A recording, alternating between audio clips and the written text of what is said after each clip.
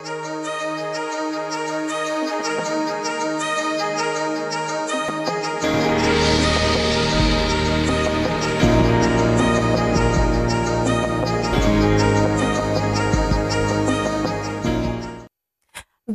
à tous dans notre émission La puissance de la grâce.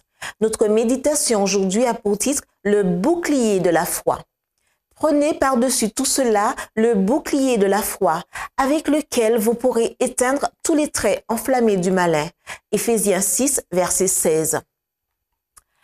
Satan est aux aguets, attendant l'occasion favorable, lorsque nous ne sommes pas sous nos gardes, de nous ravir les précieuses grâces que nous avons reçues. Nous avons à mener une dure bataille avec les puissances des ténèbres pour conserver ces grâces ou pour en obtenir de nouvelles si nous les avons perdues par manque de vigilance. Mais les chrétiens ont le privilège de puiser leur force en Dieu pour défendre les dons précieux qui leur ont été accordés. Une prière fervente et efficace est toujours considérée avec attention dans le ciel. Les serviteurs du Christ se protègent du bouclier de la foi et vont à la guerre avec l'épée du Christ. Le camp ennemi est en danger.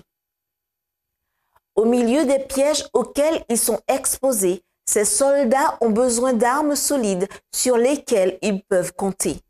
En cette époque corrompue, beaucoup d'entre eux ont une si petite provision de la grâce de Dieu qu'en de maintes occasions, leur défense est réduite à néant par le premier assaut. De violentes tentations les retiennent alors captifs. Le bouclier de la grâce peut protéger tous ceux qui ne veulent pas céder aux tentations de l'ennemi, bien qu'ils soient environnés par les influences les plus corruptrices. Le mal doit être subjugué par la foi. Ceux qui entreprennent le combat comprendront la nécessité de revêtir l'armure entière fournie par Dieu. Le bouclier de la foi sera leur défense et leur permettra d'être plus que vainqueurs. Rien d'autre ne prévaudra que cette foi dans le Dieu des armées et l'obéissance à ce commandement. De grandes troupes privées de ces armes ne serviront à rien dans le dernier grand conflit. Sans la foi, une armée d'anges ne serait d'aucun secours. Seule la foi vivante les rendra invincibles et leur permettra de rester debout, inébranlables dans les mauvais jours et de garder leur confiance en Dieu jusqu'à la fin. C'était notre émission La puissance de la grâce.